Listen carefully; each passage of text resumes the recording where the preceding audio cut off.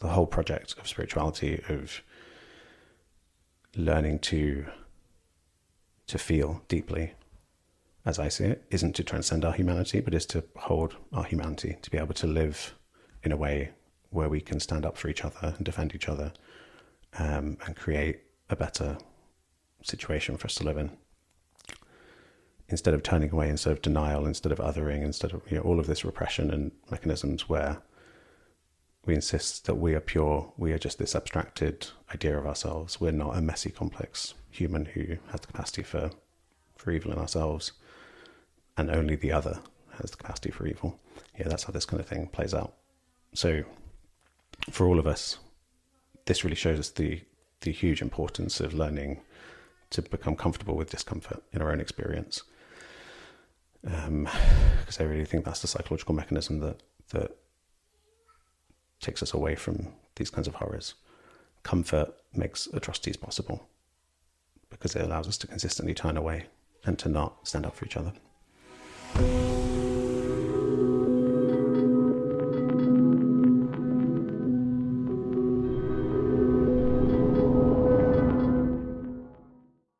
Hi everyone. So last time in the AMA, I opened by talking about what's going on in Gaza, or not talking about it, beyond suggesting people call for a ceasefire. I want to kind of share some thoughts in an unscripted way.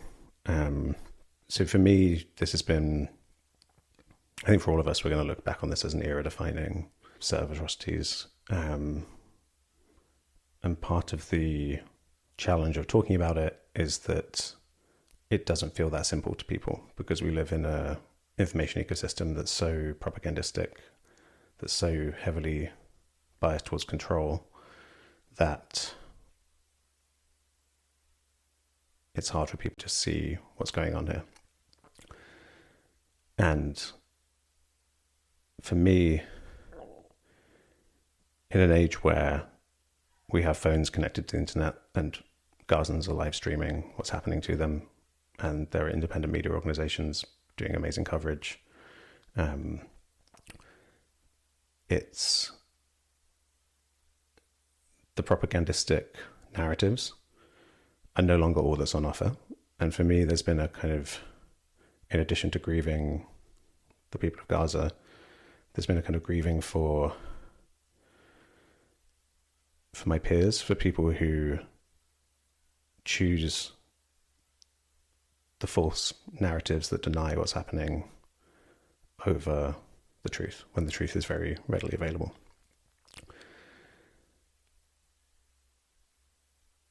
And this is what makes it difficult talking about it, because when you talk about this in public, it's revealed to me that there are people in my audience who will react to this by calling me slurs and trying to impede calls for a ceasefire. And there'll be a spectrum. There are many people who see what's happening and are disgusted by it and want it to stop. And part of the desire to talk about this for me is the fact that we don't have a consensus about that. The fact there are people who want to impede calls for a ceasefire. And then lots of people in the middle who feel it's all very complicated and don't feel kind of qualified to weigh in on it. If you are a US citizen in particular, I would encourage you to feel it's perhaps your obligation to some extent to inform yourself about it. If the population of Chicago, which I think is comparable to the size of Gaza, if that was under siege and people, starvation was being used as a weapon of war against 1 million children, and it was being carpet bombed and people didn't have anywhere to go, I think you'd feel some sense of this is relevant to you, if your tax money was going to that. And I also feel as a British person that this whole thing was started through kind of British imperialism, and Britain still manufactures a lot of the components for the bombs and sends sniper rifles that are used to kill civilians in Palestine. So I feel it's relevant. This is why I focus on this. Anyway, the people who choose to deny what's happening, I understand how that happens. And so it might be useful to share my thoughts on that. So we think of the brain as having a kind of hierarchical organization, and the way you form beliefs about what's happening in the world can be informed by bottom-up evidence, by staying in touch with your kind of gut feelings and what you're seeing in front of you, all that kind of raw sensory data. But it can also be formed by top-down beliefs. So when we use language and we talk to each other, the most evolutionary recent frontal parts of the brain we're effectively forming high-level abstract beliefs and sharing them with each other. And then that can be used to explain away the feelings. So, we don't have enough emotional capacity to grieve every death in the world like it's our own child. And so when someone offers you a narrative that, says, oh, it's very sad what's happening, but it has to happen this way for X, Y, Z reasons, that allows us to form this high-level abstract belief that what's going on isn't necessary. And then we can put our feelings, what's happening in the category of not something that you need to mobilize your emotional response in order to act on.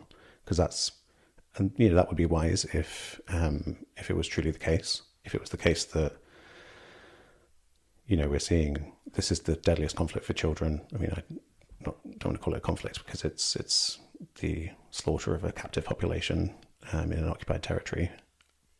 But if you want to use the word conflict, it's the deadliest conflict for children in modern history. Visibility of it, the simplicity of what's happening is very straightforward. So you could say the pathology at the heart of our kind of social makeup that leads to these kinds of things happening, as I see it, is that we move away from being connected, from grounding our belief formation largely in evidence, in feeling, in our gut instinct, which would tell us that what's happening is unbearable and needs to stop, and that you should use your voice to try to make it stop. And I would say that's a kind of very healthy way to function, but it requires you to become comfortable with discomfort, because by definition the bits of reality we don't want to face are the ones that make us feel uncomfortable. It's the kind of idea of the shadow. We don't turn away from things that are nice and easy to deal with. We turn away from things that are hard. So the things left over that we have to face are always difficult. So the project of a lifetime is to become comfortable with discomfort. And I think that we don't do that. We have a culture that's focused on comfort, on denial and repression. And so you see this narrative of kind of good and evil, that the West is solely the good guys. And these are just some evil other, which makes it permissible to ethnically cleanse them, the people of Palestine. And then the way that kind of othering mechanism, that denial of being in touch with your humanity, that's a shift from when it's too overwhelming, when we don't have the capacity to be with discomfort. Then we flee from feeling into abstractions and explain away the sensory evidence, our gut feelings that tell us that what's going on is not okay. So a really good example of this, who's relevant to talk about because they're also in this kind of space of science and spirituality, is Sam Harris, who is someone who he really embodies what I'm talking about here. He seems to be very talented at a kind of self-hypnosis where he's using language and abstractions and rationalizations to form a narrative of the world, a picture of the world, of civilization versus, I've heard him use, terms like barbarians and stuff, in referring to Islam. And so he has this view that this is a battle of civilization and that the people of Palestine are not engaged in a political struggle over land or over freedom, but have had their minds distorted by some evil ideology that we must fight, even if it means killing them en masse like this. And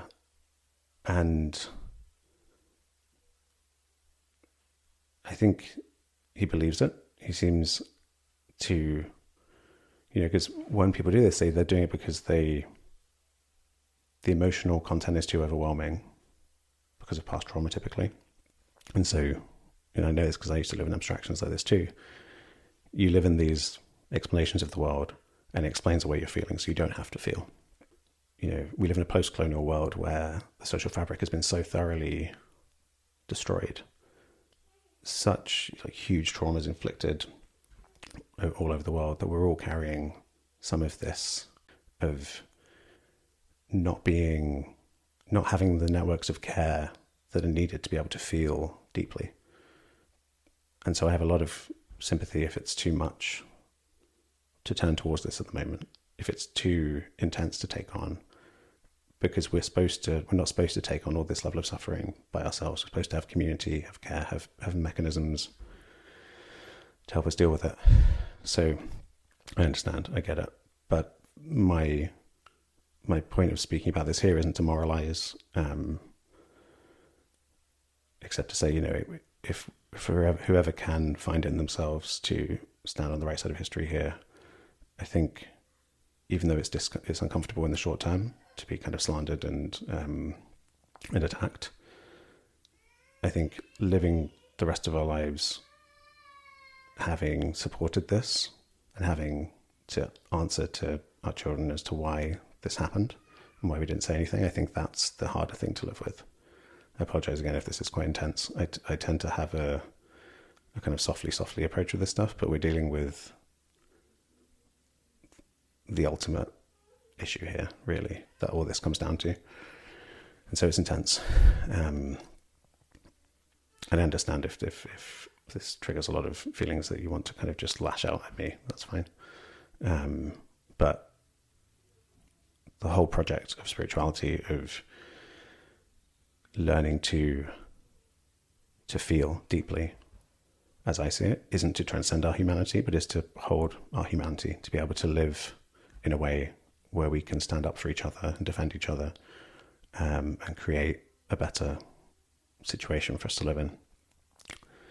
Instead of turning away, instead of denial, instead of othering, instead of all of this repression and mechanisms where we insist that we are pure, we are just this abstracted idea of ourselves. We're not a messy, complex human who has the capacity for evil in ourselves, and only the other has the capacity for evil. Yeah, that's how this kind of thing plays out. So for all of us, this really shows us the huge importance of learning to become comfortable with discomfort in our own experience. Because I really think that's the psychological mechanism that takes us away from these kinds of horrors. Comfort makes atrocities possible because it allows us to consistently turn away and to not stand up for each other.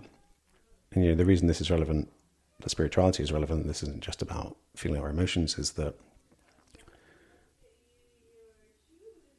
for me, spirituality is about recognizing our true deathless nature, the fact of being that is beyond the changes that occur within being. And that ground is deep enough that it allows us to hold our humanity. If you're just identified with your fears and you think that's the bottom of reality, then it can be too much. But knowing that what your true nature is deeper than that, and then it can hold this discomfort, is really important. So recognizing the absolute and then learning to hold the relative in a deeper and deeper way, to me, is the path we should all be pursuing in life. And I think part of my instinct to talk about this now is that, sorry for the background noise, the deeper we go down the path of denial, of turning away, of rejecting evil in ourselves and not accepting our messy, complex reality as humans,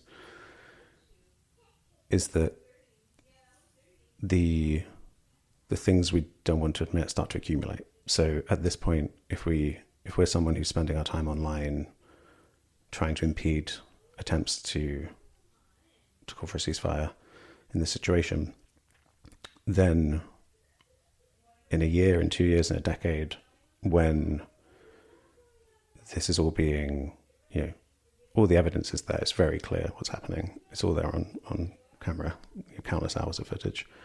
And when documentaries are made, and when there are trials in international criminal courts, and it's all very clear in retrospect, when we're not in this kind of frantic, kind of collective psychosis that we're in now, then the instinct will be to deny again and to not take responsibility and to say, well, here are the excuses. At that point, it will be harder and harder to go onto this journey of wholeness, of integrating your shadow side, because there'll be some really dark stuff in the shadow there. So I think now is a good moment to not take that path.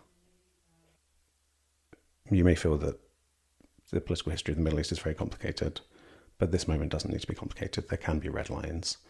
And I would argue it would even be compassionate to the state actors in Israel to trigger international mechanisms to stop this now. Again, rather than having to be put on trial for war crimes later,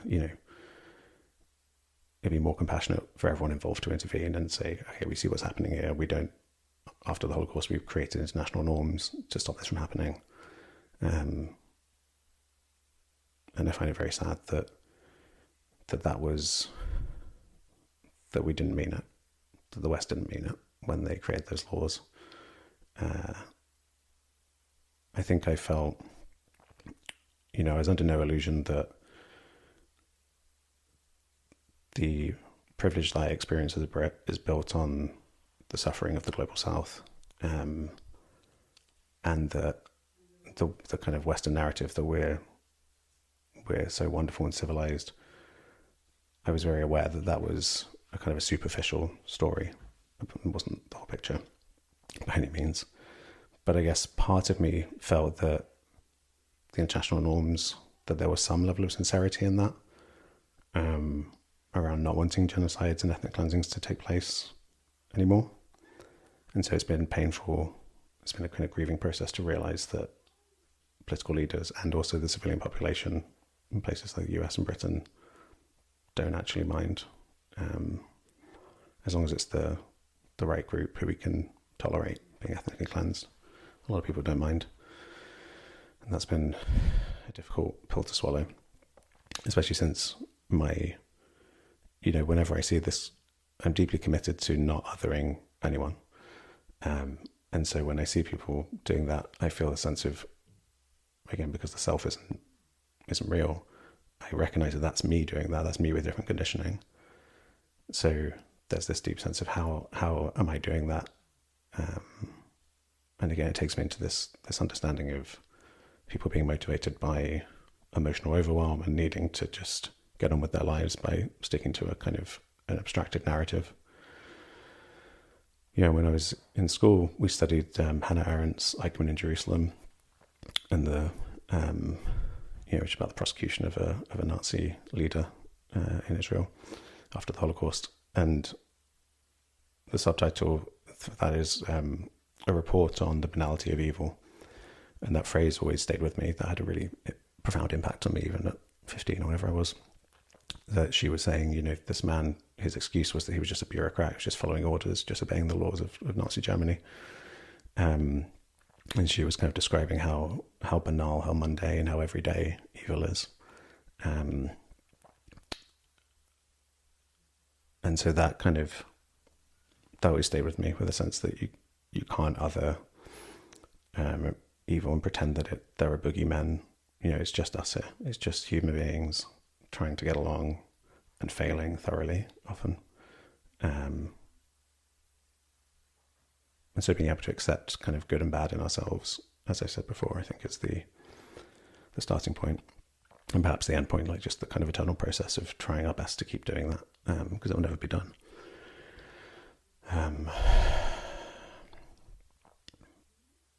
I feel like we've grown up in a time where we're all familiar with the Holocaust. I visited Holocaust museums in Germany.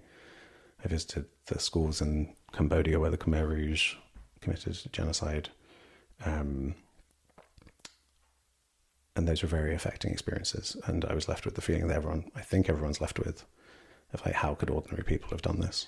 In a sense, even though I'd, learned about the banality of evil, and then from like 17 studied the kind of the Stanford prison experiments and things about, and Milgram's electric shock experiments about how ordinary people can behave in this way. I think there must have been some level of othering, that like this, there must have been circumstances that led to people behaving this way. And that's true in a sense, you can see in situations of high stress, people often behave this way. But the thing that's kind of shocking is people living in comfort in the West, in countries like the US and Britain, choosing to advocate for this when they're not in that high stress situation. That's something I wasn't prepared for. I think I thought that on some level we would all just snap out of whatever our narratives are with this level of horror, an unnecessary horror. The majority of people killed are women and children. No one can argue this is unnecessary. I mean, we have agreed that under international law that we don't do this, so it's not something that we need to debate. All right, I'm getting to territory where I could just ramble. I don't want to do that. So those are my thoughts for now. I think this is our moment to step up and do the thing that we'll be proud we did in retrospect. Thank you.